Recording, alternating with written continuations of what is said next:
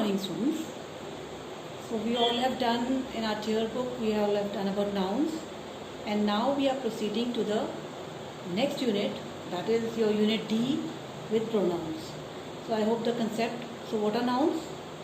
Yes, nouns are the names of person, place, animal or a thing.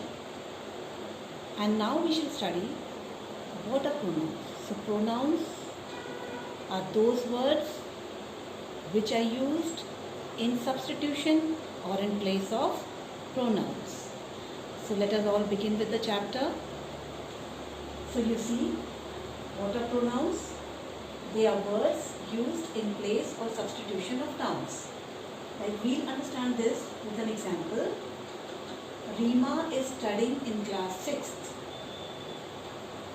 Rima is very intelligent. Now we are using 2 times Rima and again Rima. But this can also be written how pronoun is used here. Now instead of Rima, we will change it with a pronoun. Now this can also be written as Rima is studying in class 6. She is very intelligent. Now again, instead of repeating Rima, we shall use she. So Rima is studying in class 6. She is very intelligent. So where is the pronoun over here? She. She is the pronoun. She is the word which is used in place of a noun, that is Rima. So I hope the concept of pronouns are clear to you. Then we shall move on to the types of pronouns. Now the categories of pronouns, they are studied under 8 different heads. Now the first one is personal pronouns, the second is possessive pronoun, the third is interrogative pronoun, the fourth is demonstrative pronoun, the fifth one is reflexive pronoun, the seventh one is emphatic pronoun, the seventh one is relative pronoun, and the eighth one is distributive pronoun. Now we shall discuss each one individually, and then the concept of pronouns will be much more clear to you all.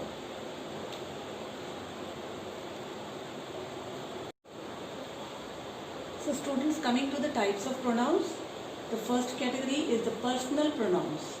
Personal, as the name indicates, it denotes individual and it stands for names of person, particular person or things.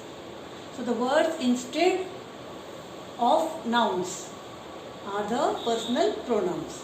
For example, I, you, he, she, it, etc.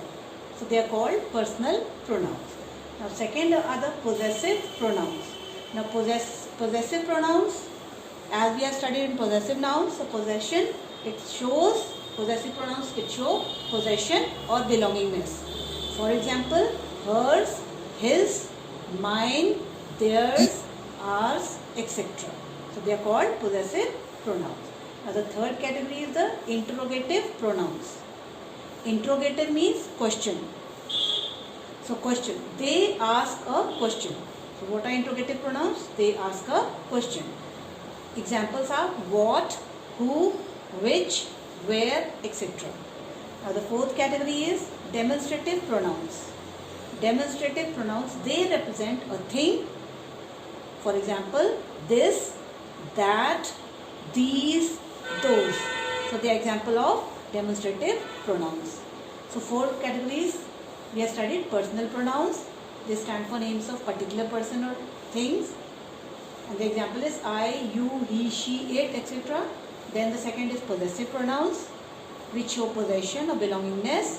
For example, hers, his, mine, theirs or ours. And the third is interrogative, which is asking a question.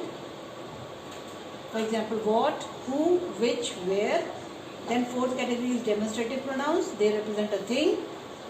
This, that, these and those. So 4 categories are here. Next we are going to learn. Students, moving to the next category is the reflexive pronouns. That's the 5th category. Now in reflexive pronouns, action done by subject reflects back on the subject. Like whatever action is performed by the subject, it is reflected back to the subject only. For example, what are reflexive pronouns? Himself, herself, myself. Like he himself did his homework. Okay, so this is called reflexive pronouns. Now sixth category is emphatic pronouns. Now what are emphatic pronouns, students? Now emphatic pronouns lays emphasis on a thing or group of things. For example, himself, herself. Right? Then next category is relative pronouns. Now relative pronouns are those words, they show relation of a noun. They show relation of a subject with the other part of with the predicate of the sentence. Now some of the examples are who, that, which.